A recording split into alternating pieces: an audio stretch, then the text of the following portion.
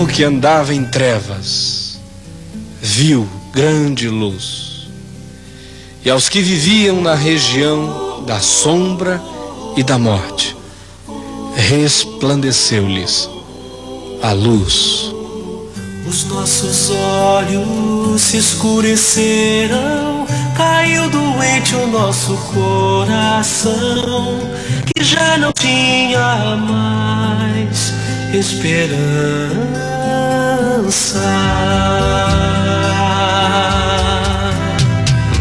Os nossos olhos se escureceram, caiu doente o nosso coração, que já não tinha mais esperança.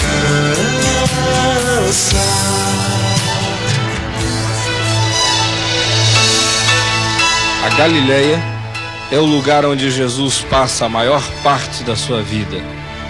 Tendo ido morar em Nazaré após o seu exílio de 2 anos no Egito, Jesus viveu e cresceu como um galileu. Nos dias de Jesus, a Galileia era o lugar da dor e da desesperança. Isto porque politicamente o país todo vivia debaixo de uma forte opressão por parte dos romanos, e aonde os processos de cerceamentos mais podem ser sentidos é justamente na geografia da pobreza. A Galileia era este lugar. Lá as pessoas tinham uma vida que podia ser perfeitamente ilustrada pela topografia do lugar: uma depressão. Por isso havia tantos cegos, aleijados, lunáticos e endemoninhados. Religiosamente, a Galileia era o lugar das mais variadas influências. Galileia vem da palavra hebraica Galil, que significa círculo. Portanto, a expressão Galileia dos gentios dizia perfeitamente o que havia naquela região: um círculo pagão. Ao norte estava a Fenícia pagã, ao sul a Samaria de culto sincretizado, a oeste a Síria helenizada, a sudeste as 10 cidades pagãs chamadas de Decápolis.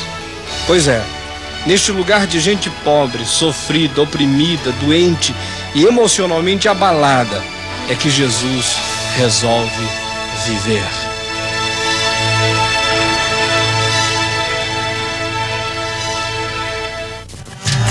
Mas tu, Senhor, reinas eternamente, e pela tua misericórdia nos converteste, e fomos convertidos. Nossos dias foram renovados como antes. Nossos dias foram renovados para sempre. Os nossos olhos se escureceram, caiu doente o nosso coração, que já não tinha mais esperança.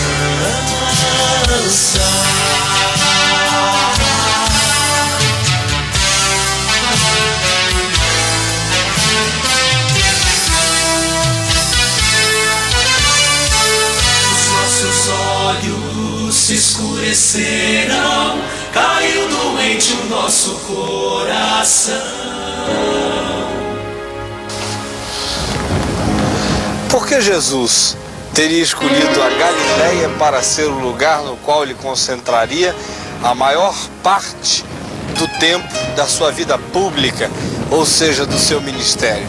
Esta é uma pergunta que deve interessar a todos nós. Por que ele não opta por Jerusalém?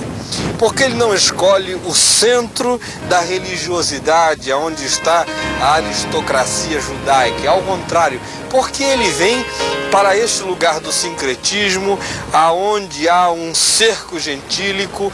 Por que ele escolhe a Galileia? É porque a Galileia era o lugar das ambiguidades.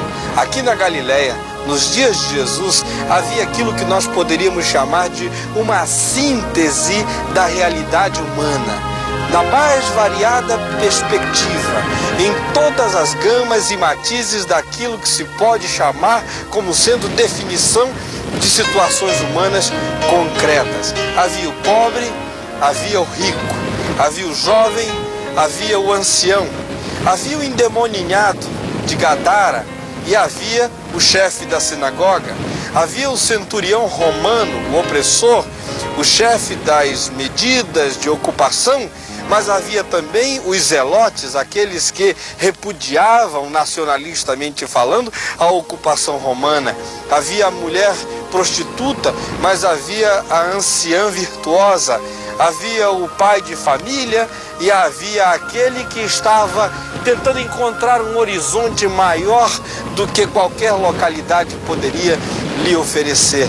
A Galileia, nos dias de Jesus, pelas suas próprias ambiguidades, construía uma perspectiva de vida que era completamente compatível com aquilo que Jesus queria ensinar a todos os seres humanos, ou seja, que ele veio para todos, que a sua vida é a demonstração de que os seus braços estão abertos para abraçar a todos, para acolher a todos, porque Jesus é o amigo de todos os que se aproximam dele com o coração aberto.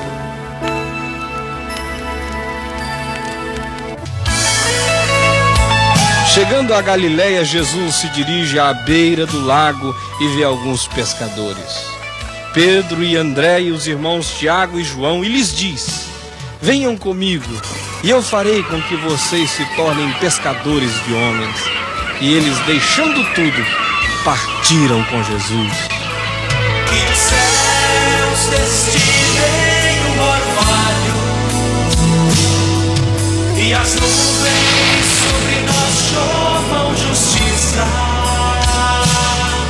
que a terra se abra e deixe nascer a salvação. Deve ter sido numa tremenda, belíssima, fantástica e esplendorosa manhã como esta que Jesus percebeu que as multidões começavam a estar atraídas por ele. As curas que ele realizava, o impacto de sua presença sobre a vida e a dor humana. E então, em razão disso, quando as multidões se aproximam dele, ele chama mais para perto de si os seus discípulos aqui neste lugar e começa a ensinar a eles, dizendo: bem-aventurados os humildes de espírito, porque deles é o reino dos céus. Bem-aventurados os que choram, porque eles serão consolados. Bem-aventurados os mansos, porque eles herdarão a terra. Bem-aventurados os que têm fome e sede de justiça, porque eles serão fartos. Bem-aventurados os misericordiosos, porque eles alcançarão a misericórdia. Bem-aventurados os limpos de coração, porque eles verão a Deus. Bem-aventurados os pacificadores, porque eles serão chamados filhos de Deus.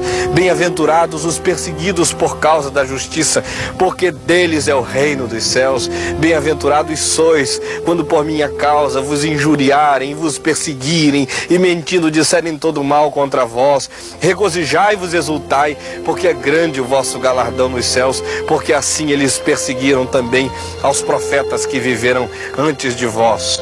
Vós sois o sal da terra, vós sois a luz do mundo. Ouvistes o que foi dito aos antigos: não adulterarás. Eu, porém, vos digo: se alguém olhar para uma mulher com intenção impura, no coração já adulterou com ela. Ouvistes o que foi dito: olho por olho, dente por dente. Eu, porém, vos digo: não resistais ao perverso. Ao contrário, se alguém te ferir uma face, dá-lhe também a outra. Se alguém quiser tomar a tua túnica, dá-lhe também a capa.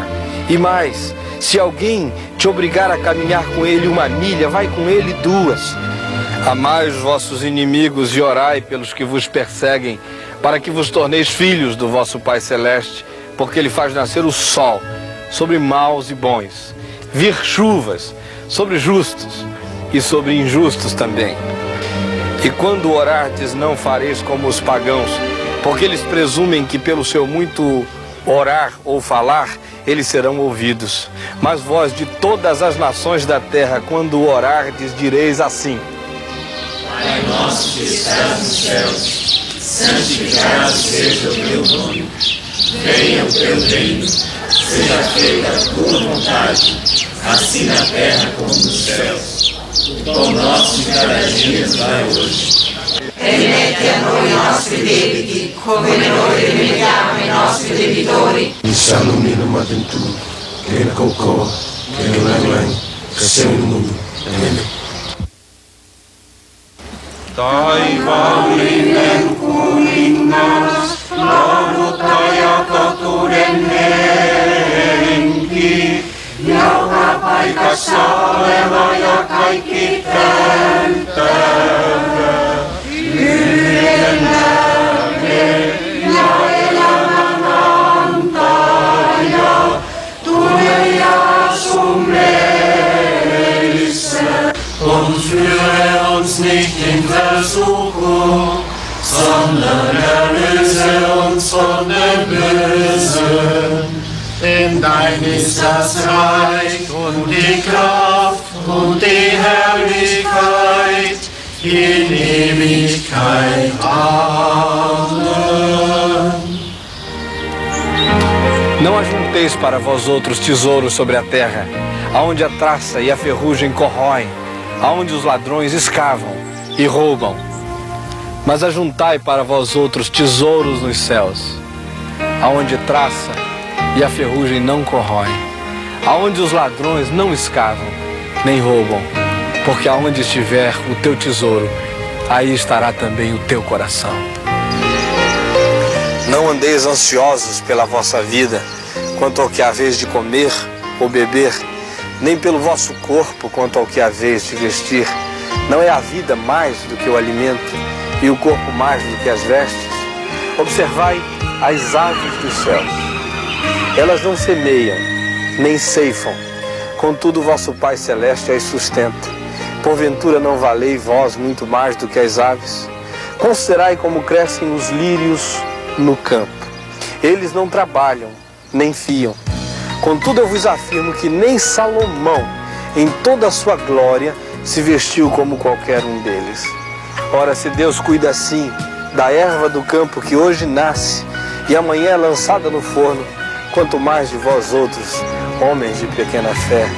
Portanto, não vos inquieteis dizendo que comeremos, ou que beberemos, ou com que nos vestiremos, porque os pagãos é que se preocupam com todas estas coisas.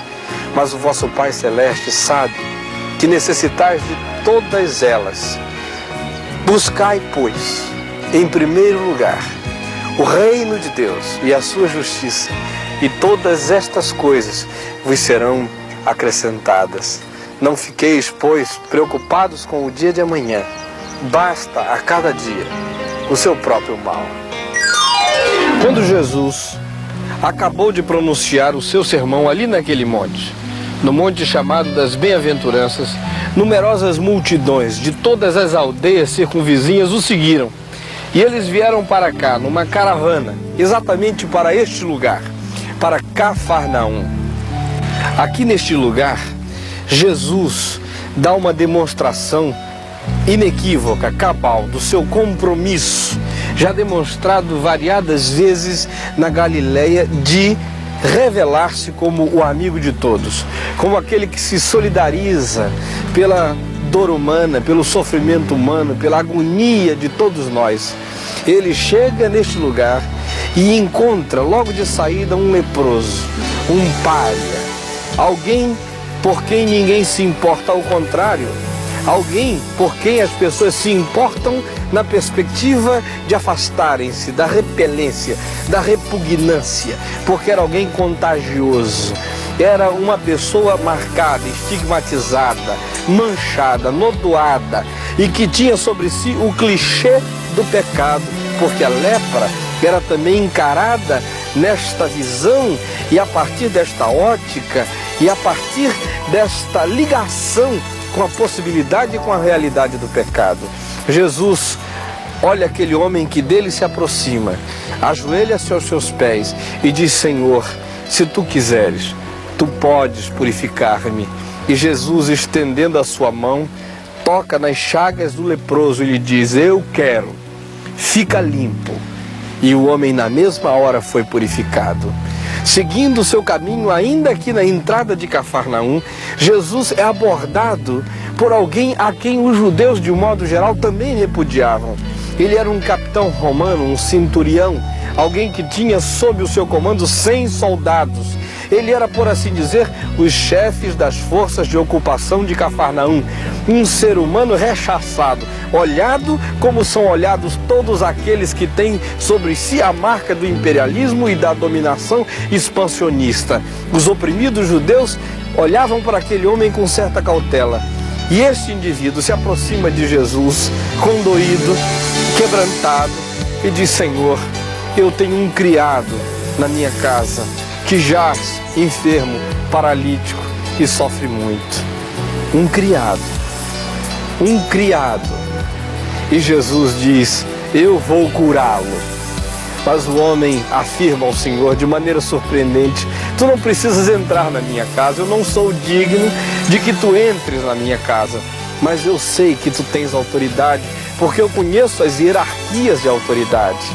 E eu tenho superiores sobre mim que dizem a mim: faze isto, e eu faço. E eu também tenho sob o meu comando soldados aos quais eu digo: faça isto, ele faz, vai ali, e ele vai. Eles cumprem as minhas ordens porque obedecem a minha palavra. Tu és a autoridade suprema da vida, Jesus. Dize apenas uma palavra de ordem e o meu servo será curado. E Jesus, olhando os circunstantes, a multidão da vizinhança, das aldeias próximas que estão em volta dele, lhes diz: eu quero lhes dizer com toda a verdade que nem mesmo em todo o território de Israel eu jamais encontrei um ser humano com uma fé como esta. E afirmou ao homem: podes ir para a tua casa, o teu servo já está curado. Jesus entra em Cafarnaum e aproxima-se da casa de Pedro e é convidado para nela fazer uma refeição. Ao entrar, lhe dizem que a sogra de Pedro estava acamada, ardendo em febre. E Jesus lhe a toma pela mão. E quando toca naquela mulher envelhecida, a febre a deixa. E ela levanta-se e passa a servi-los.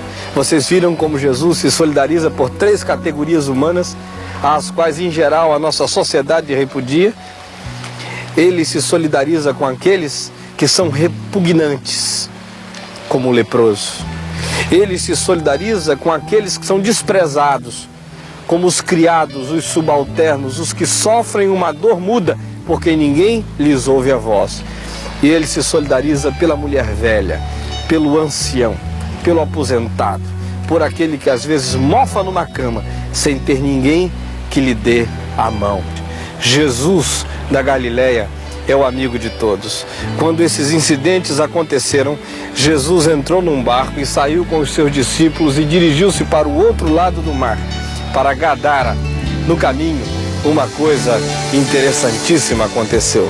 Você vai ver.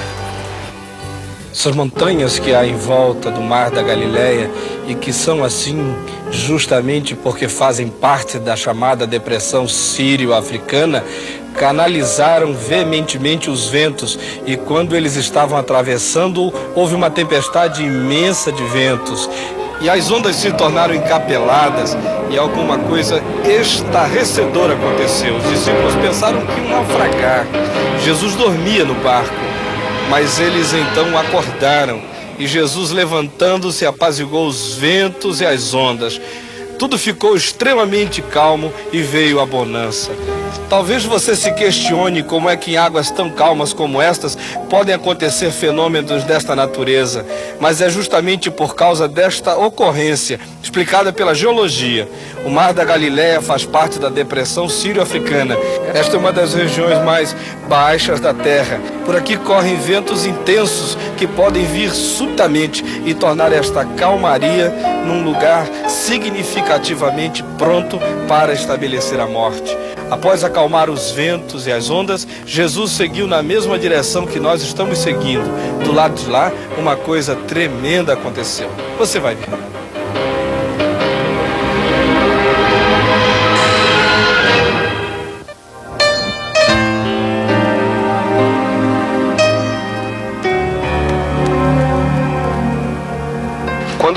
chegou aqui em Gadara, saiu-lhe ao encontro do sepulcro um homem terrivelmente endemoninhado.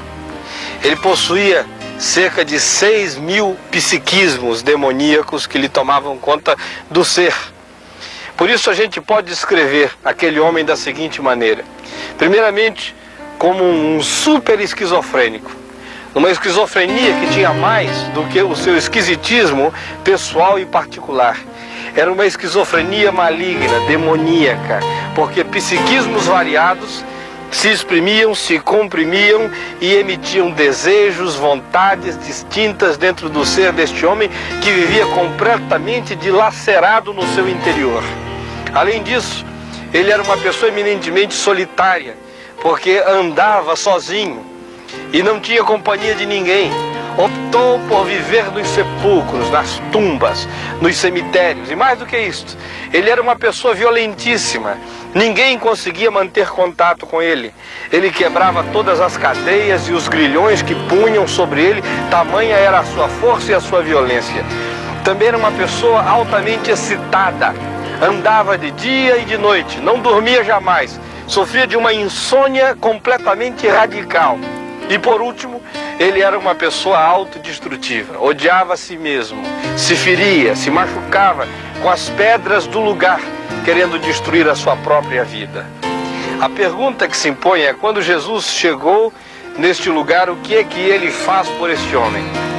Diz a Bíblia que ele sai do barco, anda na direção da praia e logo lhe vem ao sepulcro esse ser humano completamente destroçado, possuído, enraivecido, com a vida absolutamente degradada. E ele se aproxima de Jesus, se prostra e lhe diz: Jesus, que temos nós contigo? Vieste destruir-nos, vieste perder-nos antes da hora, porque Jesus dissera aos espíritos malignos que saíssem dele. E eles disseram: se tu nos mandas sair, por favor, não nos mandes para fora desta região, deste país. Permite-nos entrar na manada de porcos que está pastando aqui. E Jesus então disse: ide. E os demônios saíram do homem, entraram nos porcos, e os porcos despencaram-se despenhadeiro abaixo para dentro do lago e afogaram-se. A pergunta é: o que o amor de Jesus Cristo fez por este homem? Isto porque Jesus sai de Cafarnaum e vem até aqui especificamente para atender a necessidade de um ser humano. Vence a tempestade, mas opta por um indivíduo completamente degradado e que precisa alcançar libertação. O amor de Jesus Cristo por esse ser humano é um amor completamente libertador. E não apenas é um amor que se manifesta romântico e solidário, mas completamente eficiente. Porque Jesus faz 4 coisas por este homem. Primeiramente, ele lhe acalma a alma. A Bíblia diz que a partir daí, esse indivíduo fica sentado, em perfeito juízo, aos pés de Jesus. Maior foi a calmaria na tempestade interior no coração deste homem do que a calmaria que Jesus fez acontecer sobre o lago de Genezaré após acalmá-lo, um pouco antes de chegar aqui. Em segundo lugar, Jesus eleva as ambições espirituais deste ser humano, porque ele só queria até então viver nos sepulcros. Agora ele diz: Senhor, permite-me estar contigo. Ele troca a morte pela vida, a sepultura por Jesus Cristo. E mais ainda, Jesus lhe devolve à sociedade. Ele pergunta ao Senhor: deixa-me estar contigo. Mas Jesus diz: não, volta para os teus, para os da tua casa. E por último, Jesus coloca nos lábios deste homem uma nova mensagem a ser anunciada. Volta para os teus e dize-lhes tudo o que Deus fez por ti. Depois disso, Jesus deixa Gadara e volta para Cafarnaum, do outro lado do mar da Galileia.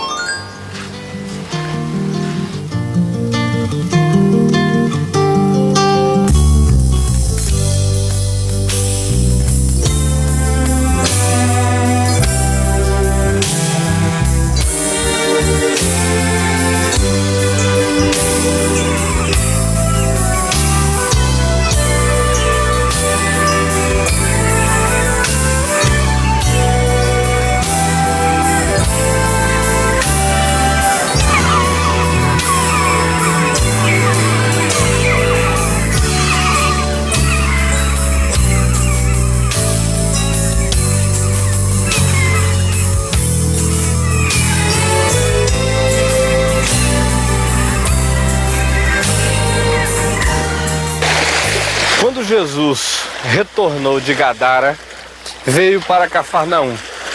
Ao chegar em Cafarnaum, ele se deparou com uma confrontação que é também bastante peculiar à caminhada, à vida de cada um de nós. Observem.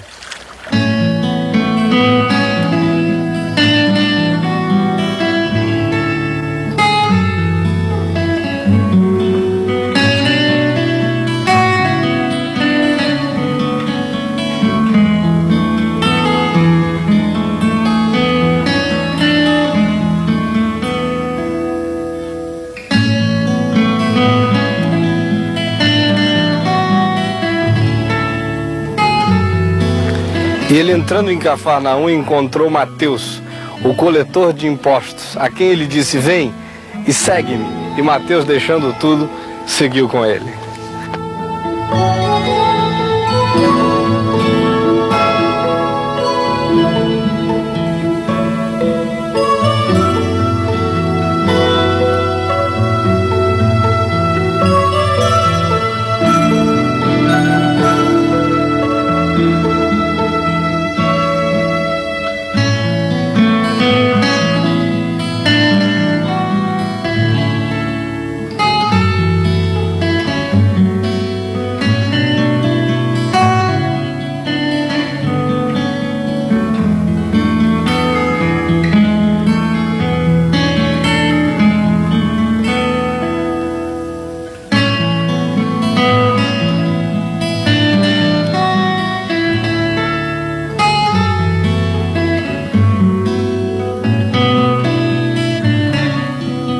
Quando Jesus chegou aqui à sinagoga, o chefe da sinagoga lhe fez um pedido. Rogou-lhe que fosse à sua casa porque a sua filhinha estava prestes a morrer. Jesus condoeu-se da situação e disse: eu irei curá-la. Mas quando eles estavam a caminho, na direção da casa do chefe da sinagoga, uma mulher, que ninguém sabe o nome, aproximou-se dele porque ela sofria de uma hemorragia, ela tinha uma menstruação crônica. E esta mulher vivia, em primeiro lugar, a situação do anonimato. Nem se menciona o nome dela, só se diz que é uma certa mulher. Uma mulher que vivia um problema terrível de vergonha, porque a menstruação significava um certo estigma para a mulher da antiguidade. E esta tinha uma menstruação que jamais terminava. E mais ainda, a Bíblia afirma que ela sofria horrivelmente, que a sua aflição, promovida pela sua vergonha, pela sua nódoa perante todos aqueles que sabiam que ela tinha esse problema de uma enfermidade que não se deixava sanar jamais, era algo que lhe perturbava imensamente a vida e a mente. Esta mulher diz para si própria: se eu ao menos conseguir estender as minhas mãos e tocar nas orlas, na ponta das vestes de Jesus, eu serei curada. E ela se esgueira no meio da multidão que ali estava e consegue, enfim, tocar com a ponta dos seus dedos as vestes de Jesus, e no mesmo instante ela é curada. É uma coisa interessante o que acontece, porque a Bíblia diz que ela vai pelas costas de Jesus. E disse: se eu ao menos lhe tocar nas vestes pelas costas, eu serei curada. Por uma razão muito simples: a misericórdia de Deus não tem costas. Qualquer um que toque em Jesus Cristo pela fé encontra o seu rosto pleno de alegria, de bondade e de aceitação. A presença de Jesus na Galileia não é somente de aceitação, é também de juízo. É por isto que ele passa a pronunciar palavras duras às cidades que viram-no fazer maravilhas e não se arrependeram. Dizia ele: ai de ti, Betsaida, ai de ti, Corazim, porque se em Sodoma e Gomorra se tivessem operados os sinais que em vós se fizeram, elas teriam permanecido até ao dia de hoje. E dizia à sua própria cidade: ai de ti, Cafarnaum, subirás porventura até ao céu? Descerás até o inferno. Porque se em Tiro e em Sidom se tivessem operado os sinais que em ti foram realizados, há muito que elas teriam se arrependido com pano de saco e cinza. Mas na vida de Jesus a compaixão sempre é mais forte do que o juízo. Venham a mim, todos vocês que estão cansados e sobrecarregados, e eu os aliviarei. Tomem sobre vocês o meu peso, porque o meu peso é suave e o meu fardo é leve, e vocês vão encontrar descanso para as almas de vocês. Venham a mim, eu os aliviarei. Uma das mais fortes manifestações de Jesus no que diz respeito ao seu compromisso com os pobres deste mundo está no acontecimento da multiplicação dos pães, como veremos a seguir.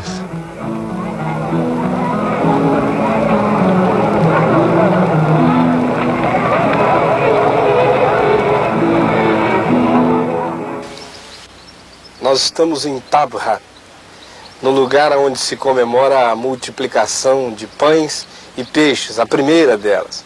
E eu estou mais precisamente assentado dentro daquilo que é um lugar batismal.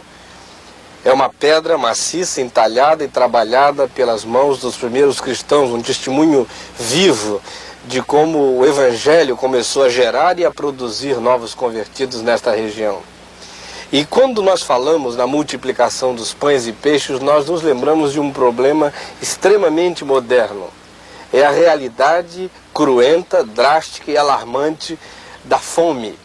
Porque aqui neste lugar, Jesus nos ensina como resolver o problema da fome. Há uma multidão com ele e o dia começa a se pôr. E as pessoas teriam que voltar para as suas aldeias, mas não têm como ou demorariam muito a fazê-lo. Então os seus discípulos lhes fazem duas sugestões muito comuns nos nossos dias. A primeira é uma sugestão economicista, ou seja, eles disseram: Senhor, deixa que eles vão pelas cidades e pelos campos para que eles comprem para si mesmos o que comer. É uma teoria econômica muito moderna, de que as pessoas têm que, elas próprias, através da sua própria luta e iniciativa particular, levantar recursos para alimentarem-se. A segunda teoria, também manifestada pelos discípulos naquela ocasião, foi a do assistencialismo, ou seja, a perspectiva social paternalista, porque Jesus disse: dai-lhes vós mesmos de comer. Eles, no entanto, entenderam que isso era uma tarefa que eles tomariam para si de maneira absolutamente paternal. E perguntaram a Jesus: porventura, nós temos dinheiro para comprar pães para toda esta multidão? Esta é a filosofia assistencialista, quando alguém pensa que com seu próprio dinheiro pode sustentar o povo. Mas Jesus então resolve e ensina como debelar, como enfrentar a questão e o problema da fome. Em primeiro lugar, ele diz que o problema da fome a gente enfrenta com organização. Ele disse: separem o grupo, façam desta multidão um ajuntamento social organizado. Ajuntem-nos em grupos de 100 e de 50. E esta é uma lição tremenda. O problema da fome se resolve quando o povo se organiza. Um povo desestruturado, desorganizado, é um povo que nunca vai conseguir resolver os seus problemas econômicos e sociais. Em segundo lugar, Jesus, ao ver o povo organizado, diz que alguma coisa precisava agora ser distribuída. É assim que ele pergunta: quantos pães e quantos peixes nós temos? E alguém lhe responde: Senhor, há aqui um menino que tem 5 pães e 2 peixinhos. E Jesus então diz: trazei-mos, trazei os pães e os peixes. E então lhes são entregues 5 pães e 2 peixes. São colocados nas mãos de Jesus. Jesus dá graças ao Pai por este alimento e a seguir parte os pães em pedaços equivalentes. E após tê-los partidos, Jesus manda que eles sejam distribuídos. Os seus apóstolos então tomam os pães e os peixes em pedaços equivalentes e distribuem com a multidão. Então o milagre acontece. A lei econômica cristã é esta: que um povo organizado, em grupos sociais bastante nítidos, aonde essas expressões de desigualdade aviltantes não estejam aparecendo, e aonde haja distribuição justa, então o problema da fome é resolvido. E mais do que o problema da fome, aparece a realidade da fartura. Diz o texto que sobraram muitos pães e peixes que foram recolhidos em cestos, em muitos cestos, porque a fartura foi imensa. Nós estamos vivendo um tempo de extrema calamidade. Nos lembramos da Etiópia, nos recordamos do Nordeste brasileiro, pensamos na realidade do terceiro mundo, dos países latinos, quanta gente com fome, quanta desgraça, quanta miséria. Seria tão bom se o nosso mundo descobrisse a realidade daquilo que Jesus ensina, a grande lição da Galileia, a lição de Tabra. Depois que Jesus multiplicou os peixes e os pães, ele despediu as multidões, enviando cada qual para a sua própria casa. Disse aos seus discípulos que gostaria que eles passassem para o outro lado do lago de Genezaré, ou do mar da Galileia, como nós chamamos. Enquanto isso, ele sobe a um monte, a um alto monte, com o propósito de orar, de estar sozinho com o Pai. No entanto, de cima do monte, ele percebe que os seus discípulos estão em apuros, porque o vento era forte, tão forte quanto este que hoje aqui nos açoita e que nos faz até caminhar com dificuldade em cima do monte. Justamente por isso ele desce o monte, na intenção de ir ao encontro dos seus discípulos e de socorrê-los, porque percebe que o barquinho deles, no meio do mar, está em grandes dificuldades. Depois dessas coisas, Jesus convida os seus discípulos a se retirarem com ele para o extremo norte do país. Jesus deixou Cafarnaum com os seus discípulos e caminhou na direção do Monte Hermon. No caminho, algumas coisas muito interessantes aconteceram, mas como vocês veem, o Monte Hermon está coberto de neve. Eu vou me preparar para enfrentar o frio do Hermon, senão eu vou passar mal. Venha com a gente.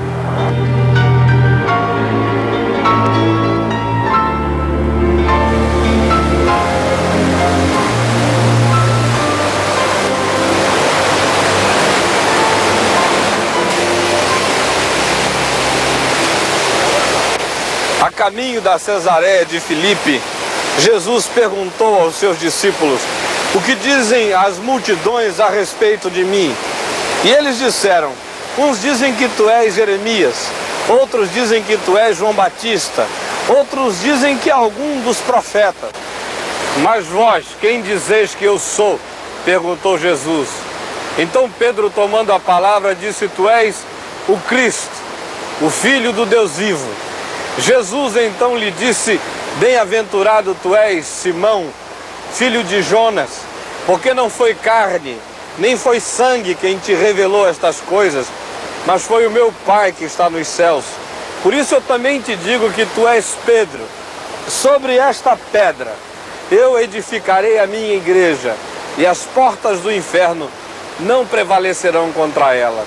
Depois desse tempo, Jesus começou a ensinar aos seus discípulos que era necessário que ele fosse a Jerusalém e lá ele fosse objeto de uma iniciativa hostil por parte dos principais sacerdotes e dos anciãos e das autoridades religiosas. Mas Pedro então o chamou à parte e disse: Senhor, isso de modo algum vai te acontecer. Jesus então disse: para trás de mim, Satanás, porque tu não cogitas das coisas de Deus, e sim das coisas dos homens. Pedro, tu estás sendo para mim nesta hora uma pedra de tropeço. E acrescentou Jesus aos discípulos que com ele estavam: se alguém quiser ser o meu discípulo, a si mesmo se negue, e todo dia tome a sua cruz e siga-me. Porque de que adianta um homem ganhar o mundo inteiro se ele vier a perder a sua alma? Ou o que dará um homem em troca da sua alma? E lhes diz, concluindo: em verdade eu vos digo que alguns de vocês que aqui estão comigo de maneira nenhuma vão passar pela morte até que vejam um sinal do reino de Deus. E seguiu viagem na direção da Cesareia de Filipe.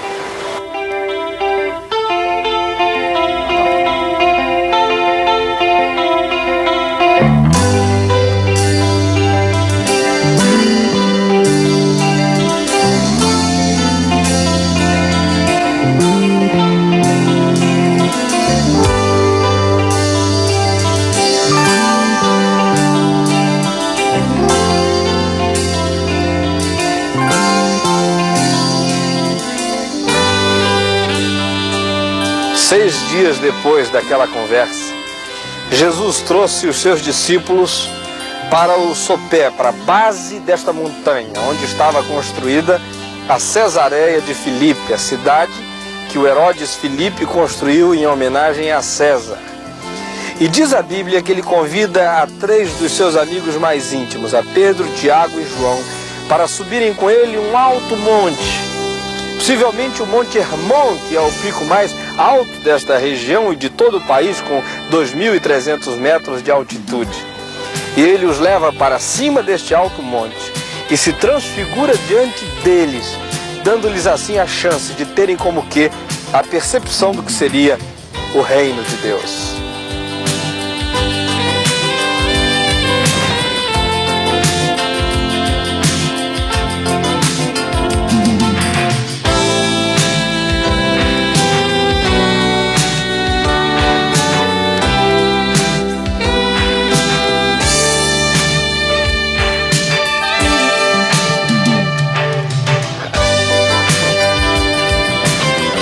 Trouxe os seus discípulos ao monte com o propósito de orar. E enquanto ele orava, o seu rosto se transfigurou diante deles e ficou mais luminoso do que o sol. A sua veste resplandeceu de brancura e ficou alva como a luz. Apareceram a Jesus 2 personalidades da antiguidade, 2 homens célebres pela sua fé, Moisés e Elias, que apareceram em glória e conversavam com Jesus a respeito da sua partida, que ele estava para cumprir em glória em Jerusalém após a sua morte. Pedro, Tiago e João estavam ali, boquiabertos com o que viam.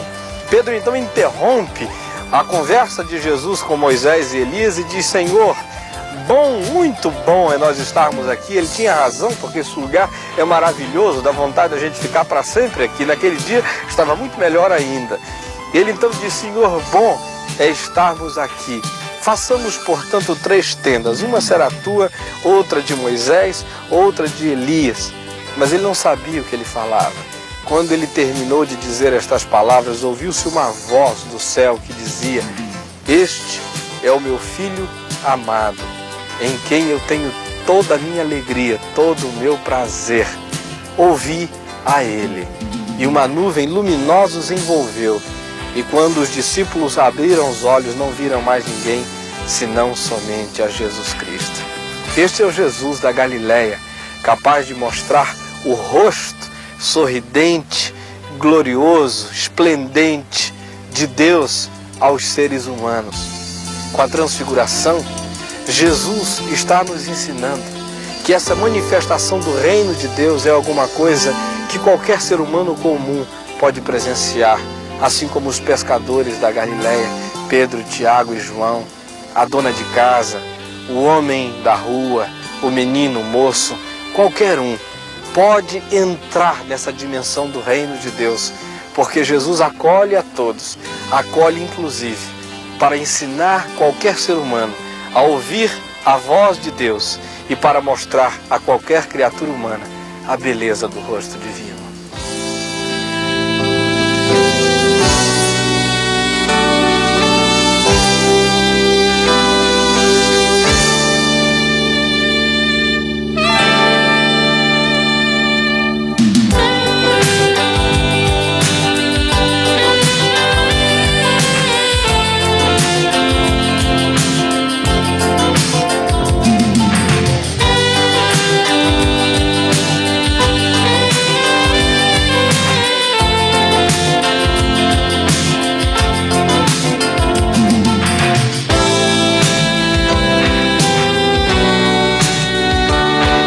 Depois desses acontecimentos, Jesus voltou para a sua própria casa em Cafarnaum. Quando Jesus voltou do norte do país, em Cesareia de Filipe, ele se confrontou com um problema que é de todos nós, o problema do imposto. Pedro entrava na cidade quando os cobradores de impostos perguntaram a ele se ele e Jesus não pagariam imposto. Ele afirmou que sim. Procurou a Jesus E Jesus disse, é claro que nós vamos pagar. Pedro, eu quero que tu vás ao mar da Galileia e tu lances o teu caniço na água, e o primeiro peixe que tu pegares, tu tiras. E abrindo-o, acharás em sua boca um estáter. Tira-o e paga o imposto por mim e por ti. Obviamente que o que aconteceu conosco aqui não foi um milagre. Esse peixe eu comprei no mercado. Este aqui, eu mesmo pus na boca deste peixe. Seria muito bom se eu e você pudéssemos resolver da mesma forma os nossos problemas com o imposto de renda, não é verdade?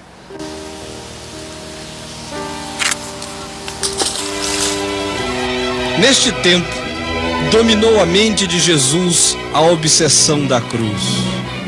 Por isso ele deixa a Galileia e vai para Jerusalém. Na capital dos judeus, Jesus envolve-se com inúmeras controvérsias. Sua vida e a sua maneira de existir agitam completamente a opinião pública e especialmente a classe dos ultra-religiosos. Jesus conturba a cidade. Por isso ele é preso, é humilhado, é julgado, é condenado, é crucificado.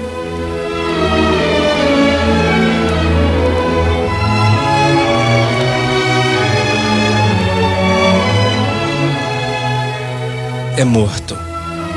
Mas ao terceiro dia, ele ressuscita de entre os mortos.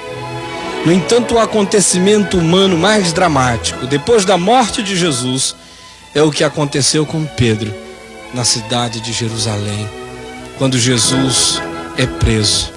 Pedro, que fora seu amigo durante aqueles 3 últimos anos, não resiste à opressão e nega Jesus, desiste de si mesmo, desestrutura-se, abandona tudo quanto fora aquilo no qual ele crera.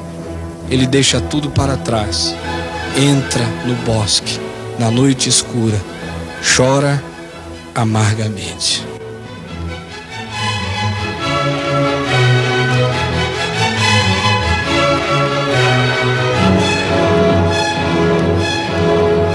Nós já sabemos o que aconteceu com Pedro em Jerusalém. Mas eu sempre tive uma questão. Por que será que Jesus Cristo, após ressuscitar dos mortos, recomenda através de um anjo que os seus discípulos, especialmente a Pedro, viessem para a Galileia, porque aqui eles haveriam de vê-lo? Ora, eles já tinham se encontrado algumas vezes em Jerusalém. O fato da ressurreição já estava comprovado de maneira cabal. Por que é que a Galileia tinha que se inserir no contexto das aparições históricas de Jesus Cristo? A mim, me vem a ideia de que a única razão pela qual se apresentaria um motivo plausível para Jesus recomendar aos seus discípulos, especialmente a Pedro, que aqui viessem encontrá-lo, era justamente por causa do estado emocional e mental de Pedro. Pedro precisava ser curado. Pedro estava doente, as suas memórias estavam feridas, eram amargas. Pedro entrara em crise, desistira de si próprio. Mas quando Jesus os traz à Galileia, naquela manhã, quando o sol nascia e contornava a silhueta do barco deles, e eles ouviram o Senhor perguntar se haviam apanhado alguma coisa que comer, e a resposta deles foi negativa, o que daí em diante se desenrola é justamente o processo da cura da mente, das memórias de Pedro.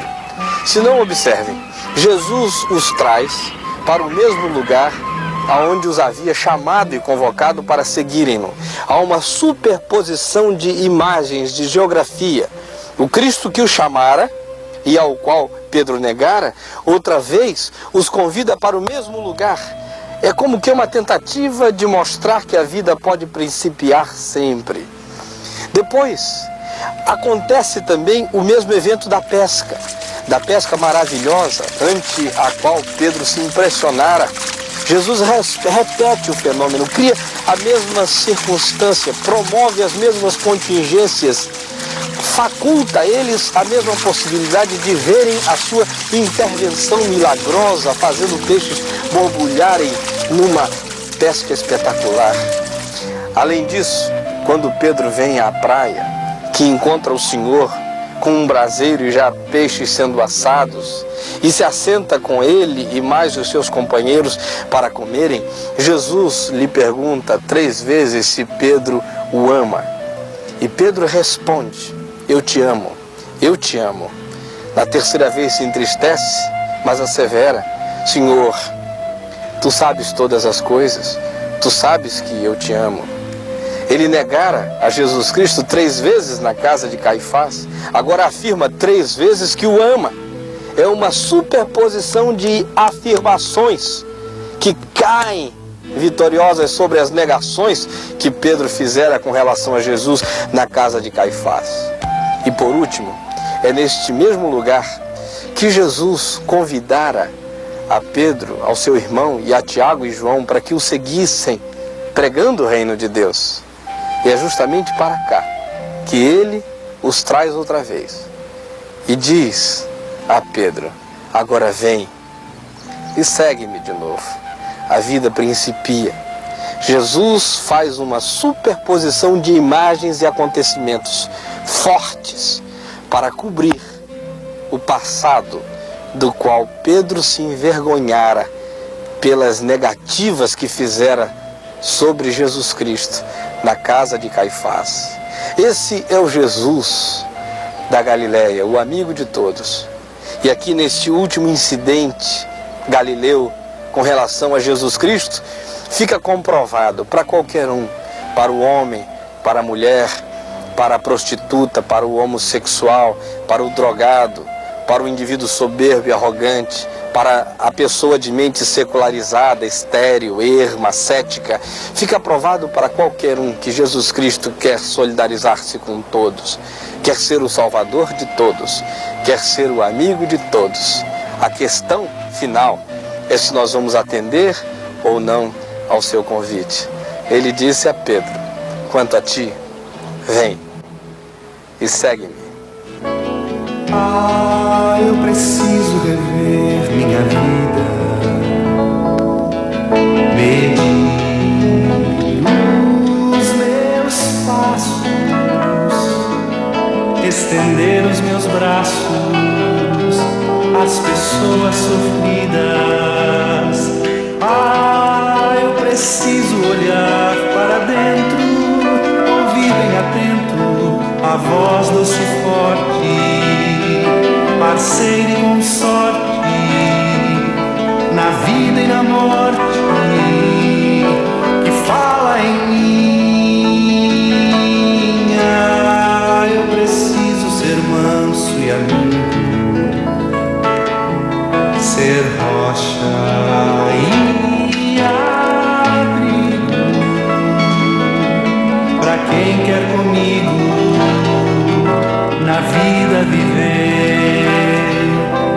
Ah, eu preciso ter olhos abertos, motivos bem certos pra nunca enganar esta gente esgotada de tanto chorar. Ah, eu preciso olhar para dentro, ouvir bem atento a voz doce e forte, parceiro e consorte, na vida e na morte,